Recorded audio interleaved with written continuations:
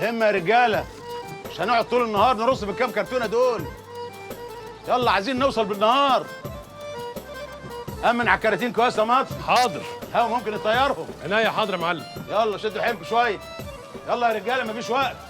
السلام عليكم. عليكم السلام ورحمه الله وبركاته. اهلا يا فندينا. هنشون البضاعة اللي هنستلمها في الكراتين دي؟ ايوه امال ايه؟ دي كراتين متامنه واخر حلاوه. يعني لو قابلنا كمين في الطريق مش هيعطل في حاجة؟ الله. ايوه امال ايه؟ زوز هات كرتونه فرج يا فندينا. حاضر. اتفضل يا فندينا. الكرتونه دي طبقتين، طبقه فوق معسل وطبقه اللي تحت معسل، وفي النص هنشون البضاعه. يعني اللي هيفتش مش هيلاقي غير معسل وبس، وده شغلنا يعني في السليم.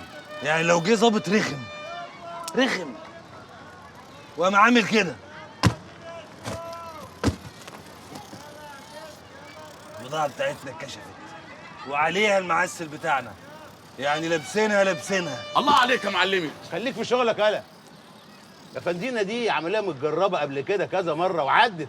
مش كل مرة تسلم الجرة يا خال، لازم يكون في فكر جديد. لازم الحكومة بقى عندها حاجات حديثة، لازم احنا كمان يبقى عندنا فكر حديث. صح. امال يعني مثلا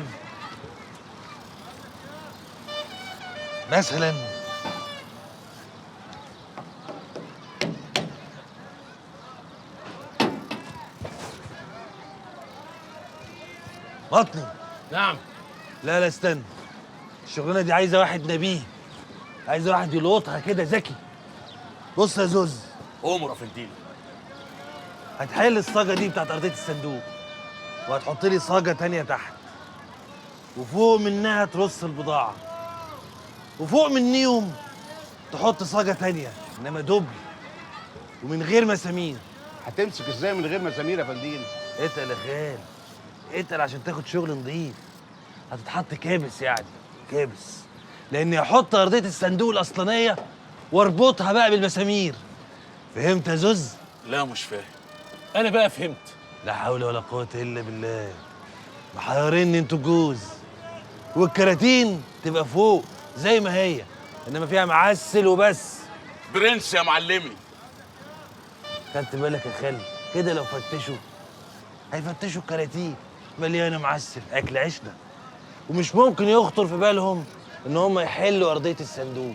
ولو جت في دماغهم هيحل الارضيه هيلاقي صاج، واستحاله يخطر على باله ان البضاعه في بطن الصاج، وكده نبقى في الامان. ولا يا خال؟ منك نتعلم يا فندينا.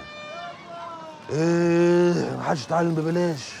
اعتمد يا ابني انت وهو، يتوب علينا ربنا.